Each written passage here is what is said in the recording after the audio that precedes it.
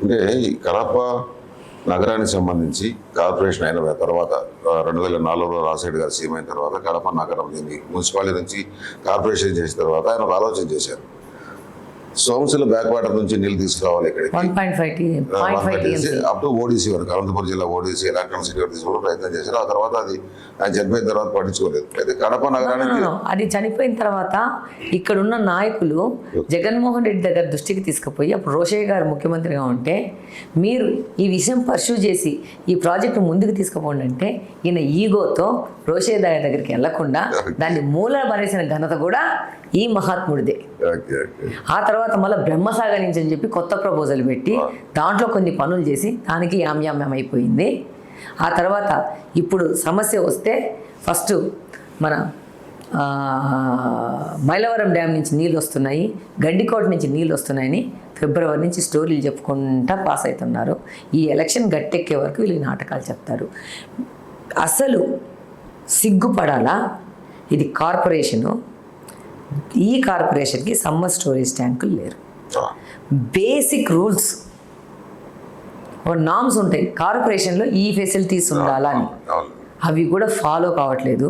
560 కోట్లు summer storage ట్యాంక్కి grant అయితే వాటిని పట్టించుకున్న నాదులు. ఎందుకంటే దానికి స్టేట్ గవర్నమెంట్ కూడా ఫండ్స్ ఇవ్వాలి, గ్రాంట్స్ ఇవ్వాల్సి వస్తుంది. ఇచ్చే పరిస్థితిలో ప్రభుత్వం లేదు, వీళ్ళు తెచ్చుకునే పరిస్థితులు వీళ్ళు లేరు, అసలు వీళ్ళకి దర్శనం ఇయ్యడైనా. సో ఎన్ని కారణాలు వీళ్ళకి ఇవ్వట్లేదు. కడప ప్రజల గురించి ఆయన ఎట్లా దర్శనం ఇయ్యడు?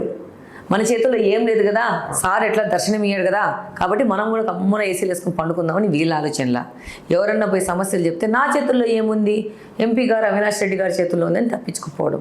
ఏమీ చేయలే, శూన్యం.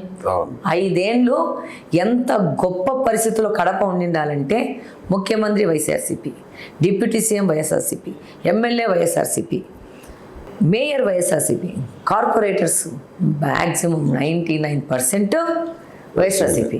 అంటే వీళ్ళకి ఏ డెసిషన్ తీసుకున్నా అడ్డు అదుపు లేదు. కానీ దీన్ని దుర్మార్గమైన పాలన చేయడానికి వాడుకున్నారు, కానీ కడప అభివృద్ధి కోసం వీళ్ళు వాడుకోలేదు. ప్రధానంగా ఒకసారి మనం కడప నగరానికి కొంచెం ఆలోచన చేస్తే 94లో అంటే 60 ఏళ్ళు స్వాతంత్రం వచ్చిన తర్వాత ఫస్ట్ 2 సందర్భాల్లో రామతోలా గారు ఇక్కడ గెలిచారు ఎమ్మెల్యే గారు. ఫస్ట్ 62, 67 2 సార్లు. అయితే ఆ తర్వాత 1994లో ఇక్కడ ఖలీల్ బాషా గారు తెలుగుదేశం పార్టీ తరఫున పోటీ చేసి ఫస్ట్, ఆ తర్వాత దాదాపు 40 ఏళ్ళకి మైనార్టీలు కూడా వచ్చారు. అంటే ఈ 30 సంవత్సరాలుగా, దాదాపు 94 అంటే 34 సంవత్సరాలుగా మైనార్టీలకే టికెట్ ఇస్తుంది అందరూ కూడా. ఎందుకంటే మైనార్టీ ఓట్ బ్యాంక్ ఎక్కువ ఇక్కడ ఉందన్న కారణంతో మైనార్టీలకే అన్ని పార్టీలు టికెట్ ఇచ్చే పరిస్థితి. కానీ ఈసారి మొట్టమొదటిసారిగా మీకు ఇచ్చే టికెట్ మీరు ప్రచారం చేస్తున్న సందర్భంలో ముస్లింలకు మైనార్టీలకు సంబంధించి అంటే ఇట్లా సామాజికపరమైన మతాల గురించి మాట్లాడలేదు. ఇక్కడ ఉన్న పరిస్థితుల నేపథ్యంలో అంటే ఈ మైనార్టీలను ఏ విధంగా మీరు మిమ్మల్ని ఆదరిస్తున్నారు, మైనార్టీలకు సంబంధించి మీరు ఏ విధంగా వర్కౌట్ చేస్తుంది సంబంధించి? నేను ఒక మహిళ అనేదే ఫస్ట్ వాళ్ళు ఆదరించడానికి ముఖ్య కారణం. నేను వాళ్ళతో వెళ్ళి పర్సనల్గా ఇంట్లోకి వెళ్ళి మాట్లాడతాను, వాళ్ళ లివింగ్ రూమ్లో కూర్చోగలుగుతాను, వాళ్ళని కూర్చోబెట్టుకొని వాళ్ళ సమస్యలు ఉంటే వాళ్ళ భుజం మీద తడతా నేను మాట్లాడగలుగుతాను. అర్థం చేసుకునేంత మనసు హృదయం నాకుంది. వాళ్ళ సమస్యలు ఎలా పరిష్కరించాలనే విధంగా నాకు కూడా ఆలోచన ఉంది. డెఫినెట్గా వెళ్తాను. అదే వాళ్ళు కూడా ఆశించేది అదే.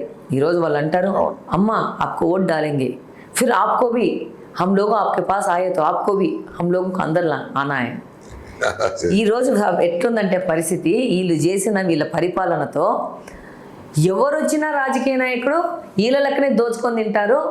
వీళ్ళు ఓట్లు వేసే వరకే వస్తారు, ఓట్లు వేసినాక మన పరిస్థితి బాగుండదని ఒక అపోహలో ఉన్నారు. అపోహ అంటే ఒక బ్యాడ్ ఒపీనియన్ ఆన్ పొలిటీషియన్స్. ఎవరు చూసినా అదే చెప్తారు. నేను అప్పుడు వాళ్ళకి చెప్తాను, నేను ఏ పరిస్థితిలో ఉన్నాను చెప్పమంటారా? నా దగ్గర నాకు డొమెస్టిక్ స్టాఫ్స్ పనిచేస్తున్నప్పుడు వాళ్ళు ఏదైనా సాయం కోసం పైసలు అడుగుతారు. చాలామంది వెనక్కి ఇచ్చేస్తారు. ఇట్లా మనం పైసలు ఇచ్చి కొంచెం 2 లక్షలు ఏదైనా అవసరంకి వచ్చేస్తారు, మళ్ళీ వాళ్ళ జీతాలలో పట్టుకుంటారు, ఏదో జరుగుతుంది మనకు రొటీన్గా. నేను ఈరోజు ఏ పరిస్థితిలో ఉన్నానంటే మన డొమెస్టిక్ హెల్పర్స్కి కొంచెం చేయి సాయం చేస్తుంటాం, ఏదైనా ఫైనాన్షియల్ సపోర్ట్. వాళ్ళు మళ్ళీ మనకు తిరిగి ఇస్తూ ఉంటారు.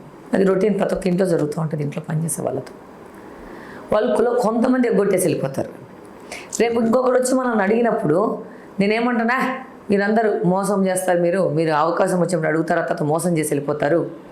ఓకే, మీరు సాయం అడగరు, అప్పులాగా తీసుకొని నీవు తీసుకుంటావు, ఇస్తానమ్మా ఈ పని అయిపోయిన వెంటనే అంటావు, ఆ తర్వాత ఇవ్వరు, వెళ్ళిపోతారు, నేను ఇవ్వను, నేను ఎవరిని నమ్మను అంటున్నాను. సేమ్ నేను ఇప్పుడు ఆ పొజిషన్లో ఉన్నాను. అర్థమైందా? వీళ్ళందరూ మోసం చేసిన దానికి ఇప్పుడు ప్రజలు ఈ విధమైన క్వశ్చన్స్ చేస్తుంటే 5 నిమిషాలు కాదు, 10 నిమిషాలు కాదు, 15 నిమిషాలు వాళ్ళని కన్విన్స్ చేసి, నేను అలాంటి దాని కాదు, నేను కడప కోసం నిలబడతాను, కడప మహిళ కోసం నిలబడతాను, కడప ఫ్యూచర్ కోసం నిలబడతాను, కడపను అప్లిఫ్ట్ చేసి మీతో మిమ్మల్ని డెవలప్ చేసి మీతో పాటు నేను డెవలప్ అవుతాను. నేను కూడా ఈ కడప వాసినే. ఇది కడప డెవలప్ అయిందంటే ఇక్కడ ప్రాపర్టీ వాల్యూస్ పెరిగేసి దీని ఫేస్ వాల్యూ పెరిగిందంటే ఇక్కడ ఉన్న 4 లక్షల మంది జనాభాతో పాటు నేను కూడా ఉంటాను డెఫినెట్గా. అదే చెప్తాను. వాళ్ళు అంతా చెప్పి వాళ్ళని కన్విన్స్ చేసినాకనే నాకు నుంచి బయటకు వస్తాను. అది ప్రధానంగా ఇప్పుడు కడప గురించి మనం ఆలోచన చేసినప్పుడు ఇక్కడ నెలకొన్న పరిస్థితులు అంటే మీరు అన్నట్టు మొన్నటిదంగా తెలుగుదేశం పార్టీ స్తబ్దుగా ఉన్నది.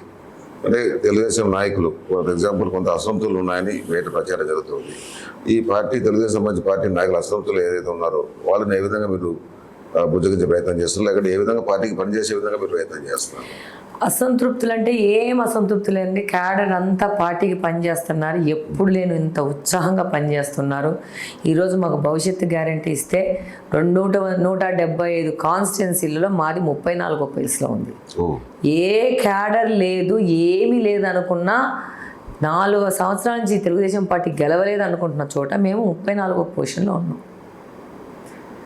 కాబట్టి బయట ఒకరిద్దరు ఆస్పిరెంట్స్ ఆటోమేటిక్గా అసంతృప్తితో ఉంటారు. దాన్ని పెద్ద మైండ్ చేయాల్సిన అవసరం లేదు.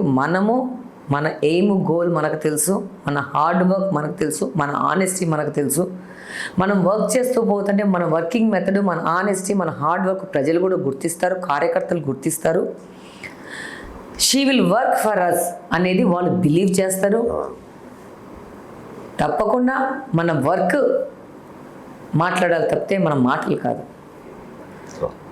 ఇంకా ఇవన్నీ మీడియా హైప్స్ గురించి మనం ఎక్కువ ఆలోచించుకుంటున్నామంటే మన వర్క్ దెబ్బతింటాం. కాబట్టి దాని గురించి ఆలోచించుకోకుండా గుర్రంలాగా పరిగెత్తుకుంటూ కష్టపడుతూ మనము దీన్ని ఎలా సాధించాలన్న దాని మీదనే నా ఫోకస్ అంతే. Please do subscribe to Telugu Rajyam channel. Please do subscribe to Telugu Rajyam channel. Please do subscribe to Telugu Rajyam channel. Hi అండి, నేను మీ ఆర్పీని, నెల్లూరు పెద్దారెడ్డి చేపల పులుసు ఓనర్ని. మీరు తెలుగు రాజ్యం అనే ఈ యూట్యూబ్ ఛానల్ సబ్స్క్రైబ్ చేసుకుని మంచి మంచి వీడియోలతో వస్తారు. Thank you so much. Hi people, I'm Sonakshi Verma and you please watch Telugu Rajyam and please subscribe to the channel.